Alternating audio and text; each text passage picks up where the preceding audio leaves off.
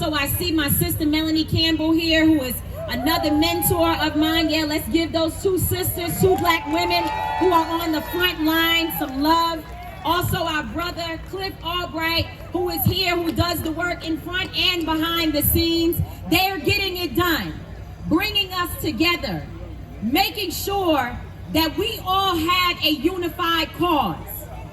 Ladies and gentlemen, we all come from different areas of expertise. We advocate for different things. Some of us, like Until Freedom, are out here fighting for police accountability. And we want an overhaul to the criminal justice system.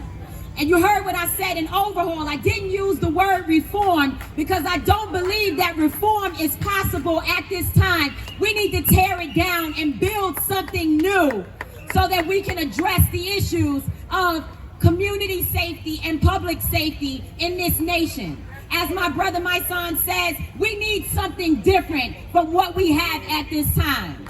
But while we all may be out here fighting for different things, approaching this movement from different directions, what we have to know is that I can't do it without you, and you can't do it without me.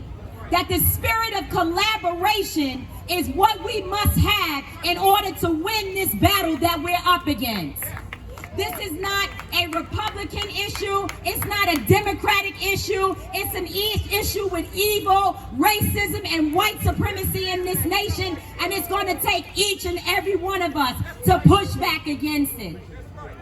Oftentimes, I talk to my brother Mark Thompson, the Reverend Mark Thompson. Let's give Mark some love for doing an incredible job, always helping to lead us through in these occasions. And one of the things he told me to do one day was to go back and watch King in the Wilderness.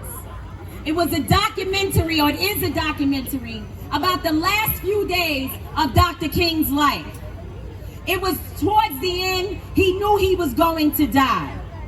He was experiencing the COINTELPRO movement, where people were trying to harm him, where folks were actually showing up in public spaces trying to deface and defame him and his movement. He was not always loved by everyone. He was mistreated. He was talked about. He was called the fraud. All the things that we see happening even here today have been happening in our movement for a long time. And so as Dr. King was going through these last few days, there is this moment where he is marching. They are marching towards freedom as we are trying to do together. And as Dr. King is walking, a reporter asked him, he walked up to him, or she walked up to him and said, "What do you think we need to do, Dr. King?" And his response was, whatever we do, it must remain nonviolent.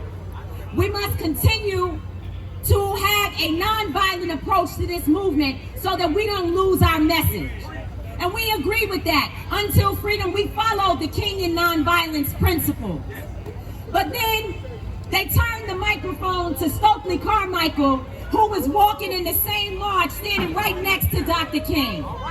They were both equally powerful. They were both necessary at that time. But when she asked Stokely, "What do you think we should do?" he said, "We need to burn this whole damn thing down."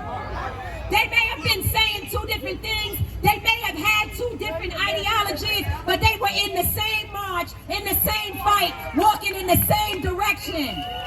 And I tell people everywhere I go, Ray Ray and Keisha must be next to you.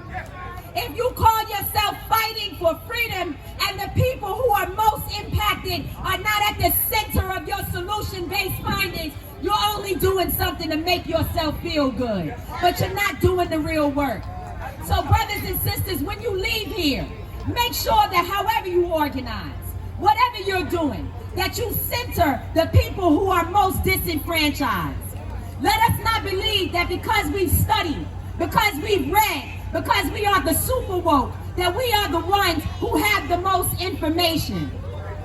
The people who are actually most impacted have the solutions for how we move forward.